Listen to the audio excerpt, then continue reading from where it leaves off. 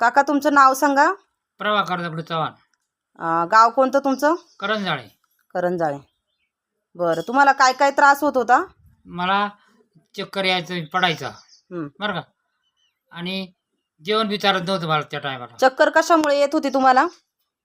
चक्कर मला पॅरलेसमुळं. पॅरालिसिसमुळे. हा. ओके. कधी झालं होतं तुम्हाला पॅरालिसिस? 4 जूनला. 4 जूनला. 4 जूनला. ओके. आता ह्या 4 जूनला वर्ष होईल. ओके. तर आता मला हे औषध घेतल्यापासून बरं वाटतंय. बरं वाटतंय. माझी चक्कर थांबली माझी. ओके. चक्कर म्हणजे पार पार येत नाही आता मला. काठी सुद्धा मी घेत नाही आता बिलकुल. बरं का. काठी घेत नाही पार. आता किती दिवस झाले तुम्ही घेऊन अमृत ज्यूस? ही मला एक बाटली संपवली हा. आणि कालपासून एक बाटली, दुसरी बाटली सुरुवात केलेली आहे. दुसरी बाटली सुरुवात केलेली. हा.